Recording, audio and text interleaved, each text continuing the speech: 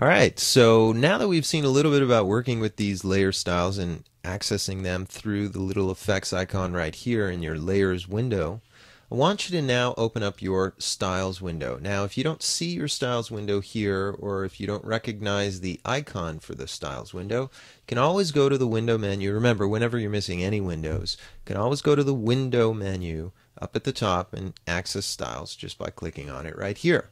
Now you may not see what I'm seeing right now, so I'm going to just click on this little area right here, which allows you access to the very many options that you have available for most of these windows. And I'm going to reset styles back to the original ones, which you probably have open yourselves. So what you'll notice here is that there are a number of default styles. I'm going to make sure that I'm selecting the object, in this case this object right here, and as you can see we've got the object right here, and I'm going to click on number of styles. Well, this is the default style, nothing there. Notice here, if I clicked on this one, just holding your button over it, it says color target button. Interesting. Here's another one which says double ring glow button. You don't really see it. Why? Because the ring glows are on a white background, which is not really conducive to what we want to see right here. The striped cone, for example. Well, if I had a cone, that might look a little bit better. The blue glass button. Now there's a nice one. That seems appropriate for what we're doing here. But you may not want it to be blue, or you might want to be going for a different style color or something like this. Well, you can experiment through all of these, as I encourage you to do. And I'm just going to go back to this one. But let's check out something here. When you open up your layer palette, see this? There's a little triangle right here. Well, that will open and close, allowing you to reveal what the effects happen to be on this particular shape. You'll notice that I do have a number of effects being applied by this default style. As you can see here, there is, and I'll go through them one at a time in their stacking order. I'll get rid of the inner glow. See what that does? I'll get rid of the bevel and emboss. Well, that's the bevel and emboss. Makes sense. The color overlay is, again, well, just for color. And there's a gradient overlay which has a radial gradient right there. Amazing, isn't it? Now, if you want to see the settings for all of these, you can just quickly double click in here and open up your layer styles. And you'll notice the gradient overlay is set this way. Actually, I'm going to cancel that and turn these all on for a second. And we'll double click because we can look at them individually. So, check it out.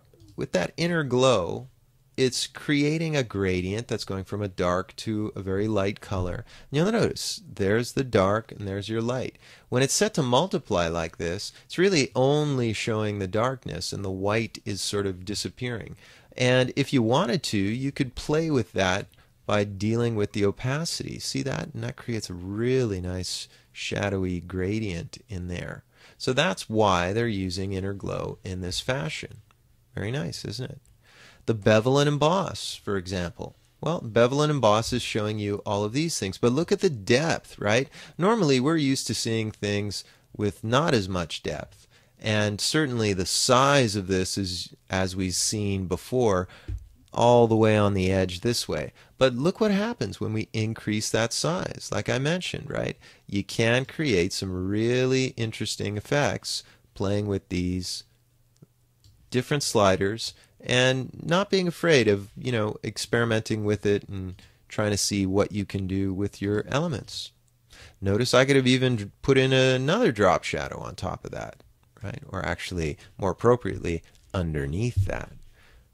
And you could come in here and you can click on things. So even the styles that you do have, you can add more to those styles if you wish.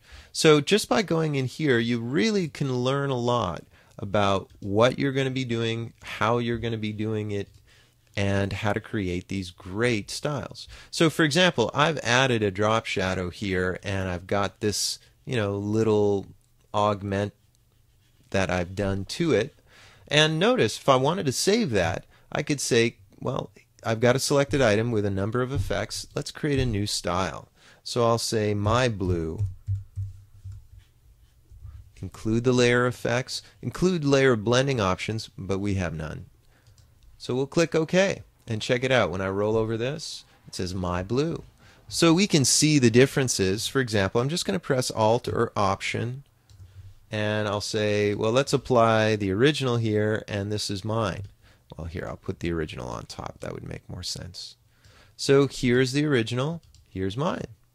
You can see very subtle differences. Notice mine has the drop shadow. So that's as easy as it is to create your own new styles.